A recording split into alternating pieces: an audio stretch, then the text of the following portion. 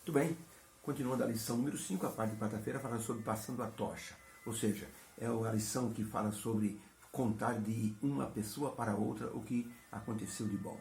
Isso é um testemunho maravilhoso. E hoje nós nos vemos na igreja como pessoas que veem, ouvem, testificam o testemunho de outras pessoas, e isso nos anima, né? Quando você vê um irmão testemunhando que Deus atuou na vida dele, que Deus fez coisas maravilhosas, Deus se lembrou, Deus fez um livramento, que curou uma doença, aí a pessoa que está com um problema diz: meu Deus, sabe, se Deus atuou naquela vida, pode atuar na minha vida também. Então um testemunho é importante. Por isso Deus recomendou: vocês vão sair do Egito hoje, mas vocês não podem esquecer, vocês têm que passar a tocha.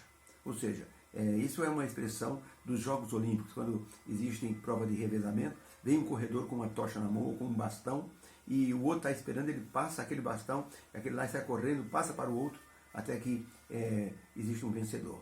Ou quando todos conseguem chegar na linha de chegada. Tá? O importante é passar o bastão, é passar a tocha, ou seja, manter acesa a chama da esperança. Isso é muito importante. Existe no Canadá uma família que há 300 anos eles têm um fogo aceso numa pira, numa espécie de uma bacia de metal, de aço inoxidável.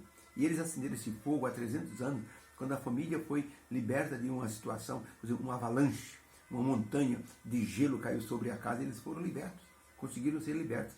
Então o pai de família disse: a partir de hoje, nós vamos lembrar sempre desse dia, nós ressuscitamos praticamente. Então eles fizeram uma pira, uma espécie de uma pia, onde tinha uma bacia de aço inoxidável, eles acenderam aquele fogo, é o fogo aceso mais antigo do mundo, de geração em geração, pai conta para filho, e dizem: não deixem o fogo apagar. Já houve terremoto, houve tempestade, houve vendaval, ciclone, mas o fogo nunca se apagou. Sempre mantiveram acesa aquela chama. É uma ilustração de que quando nós temos algo bom na vida, nós temos que contar. Foi o que Deus disse para Moisés: Moisés, dize ao povo que lembrem sempre do que está acontecendo hoje. Hoje vai ter a Páscoa. Vocês vão comer o Cordeiro Pascal. Hoje vocês vão ver o anjo da morte passando sobre as vossas casas. Hoje vai ter choro no Egito inteiro. E hoje os egípcios vão mandar vocês embora. E vocês vão caminhar pelo deserto. Então, seria um momento para nunca ser esquecido. Daí a pergunta é, de número 5, o que Deus ordenou que Moisés deveria passar para o povo de Israel? Quais foram as ordens divinas para que Moisés transmitisse ao povo de Israel?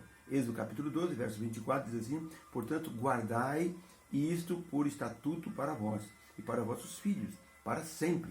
E acontecerá que quando entrardes na terra que o Senhor vos dará, como tem dito, guardareis este culto. E acontecerá que quando vossos filhos perguntarem: que culto é esse? Então direis: este é o sacrifício da Páscoa do Senhor, que passou por sobre a casa dos filhos de Israel, quando feriu os egípcios e livrou as nossas casas, e ninguém morreu. Então o povo inclinou e adorou a Deus. E foram os filhos de Israel e fizeram como o Senhor Deus ordenara a Moisés e Arão, assim eles fizeram. Então a pergunta é: que instrução Deus deu para que Moisés passasse para o povo? A resposta o texto mostra que o ritual da Páscoa foi transmitido por Moisés para as pessoas, para que fizessem o ritual e depois contassem isso para os filhos, como sendo um momento solene que Deus então poupou a vida dos primogênitos e os tirou do Egito com mão poderosa. Deus pediu para que eles passassem a tocha, passem adiante essa informação. Essa é a tocha da esperança de que Deus cuidou do povo e que vai cuidar dos seus filhos em todas as épocas. Para nós é assim uma informação preciosa. Para o tempo do fim, Deus vai fazer grandiosos livramentos. Porque imagine hoje, com a tecnologia que tem, imagine fugir das grandes cidades. A pessoa é localizada em minutos, em segundos, através de satélite, através de drone, através de inteligência artificial. Então, praticamente, seria impossível fugir. Mas Deus vai, assim, executar obras grandiosas. Quando os valdenses estavam nos Alpes suíços e os exércitos romanos estavam perseguindo, chegou um momento em que havia 300 valdenses numa caverna. Eles iam ser mortos. Mas os soldados procuraram, não conseguiram encontrar nada. E a caverna estava facilmente detectável. Mas os soldados pareciam que estavam cegos. Eles não conseguiram enxergar. E Deus livrou os valdenses da mão daqueles que queriam matá-los. Então, no tempo do fim, Deus vai fazer obras maravilhosas, para que nós possamos, assim, testemunhar de que Deus é poderoso. Agora, você só vai conseguir contar que Deus é poderoso e que agiu em tua vida se hoje você começar a ver o que Deus está fazendo, para que você possa testemunhar daquilo que Deus está fazendo. Um dia Davi estava, assim, longe da casa dele, estava na terra dos filisteus, e os filisteus chamaram Davi para lutar contra o povo de Israel. Deus não permitiu, os príncipes não quiseram que Davi fosse, porque temiam que Davi ficasse do lado do povo de Israel e lutasse contra eles, e aí seria, assim, uma mortandade muito grande. Então os príncipes, os filisteus disseram, este homem não. Esse é aquele Davi que matou o nosso gigante Golias. Não queremos ele com a gente. E Davi não entendeu por quê, e acabou voltando com seus homens para a sua cidade. Quando chegou na cidade, uma tribo selvagem tinha assim acabado com todo mundo, e junto com um outro exército de midianitas, eles levaram a família de Davi cativa, levaram os filhos dos homens de Davi também, a família. Eles queriam apedrejar Davi. Foi então que Davi sentou num canto e fez uma pausa entre o passado, o presente e o futuro. Rogou a Deus, se lembrou de tudo que Deus tinha feito na vida dele. Davi levantou, recobrou o ânimo e disse, Senhor, o que eu faço? Deus disse, vai atrás dessa turma que assaltou a sua família, a sua cidade. E Davi foi e recuperou tudo. No caminho, Davi encontrou um egípcio que o exército dos midianitas tinha deixado para trás, porque o rapaz adoeceu.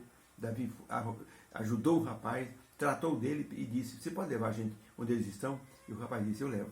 Mas você vai prometer, não vai me entregar ao meu senhor. Davi prometeu, e o rapaz levou exatamente onde estava o exército, com toda a família, todo o despojo, todos os bens, e Davi recuperou tudo. Davi disse depois, no Salmo 27, depois no Salmo 31, que o Senhor Deus, ele foi misericordioso, porque Davi se lembrou de tudo quanto Deus havia dito, e testemunhou disso. Então o povo de Israel deveria lembrar de tudo que Deus estava fazendo por eles naquela noite. Era algo especial, algo espetacular. Um dia o professor estava ensinando um grupo de alunos, ele pegou uma folha branca e fez assim, com um pincel atômico, ele fez um ponto preto bem no meio da folha e perguntou, o que vocês estão vendo? Todo mundo, estamos vendo um ponto preto. E o professor disse, mais nada? Não, professor, só um ponto preto. Não estou vendo mais nada. Não estamos vendo. O professor disse, muito me admirem, vocês esqueceram do principal, da folha branca. Vocês esqueceram de olhar em volta, tem a mesa, tem o vaso aqui, tem o quadro negro. Vocês só conseguiram enxergar o ponto preto. Então isso é para ensinar vocês que na vida é assim. A gente se esquece com facilidade de tudo de bom que nos esquecemos. Quando um ponto negro de frustração, de desânimo, aparece em nossa vida. Se a sua vida vai às mil maravilhas, você vive aquilo como se fosse uma coisa normal. O dia que aparece um ponto negro, por exemplo, morre uma pessoa da família. Parece que desaba a vida. Parece que tudo acabou. O menino estava com sua mãe, e a mãe chorando, e o marido havia falecido, e a mãe chorando, se debulhando em lágrimas. O menininho falou, mamãe, por que você está chorando tanto? Porque seu pai morreu, meu filho, quem vai cuidar da gente agora? O menino falou assim, mamãe, Deus também morreu? A mãe ficou sobressaltada e disse, não, filho, Deus não morreu. Então, mamãe, se Deus não morreu, Ele vai cuidar de nós. Foi aí que a mãe tomou o tento e disse, é verdade, meu filho, eu estou chorando e me esquecendo do que Deus já fez por nós e pode fazer.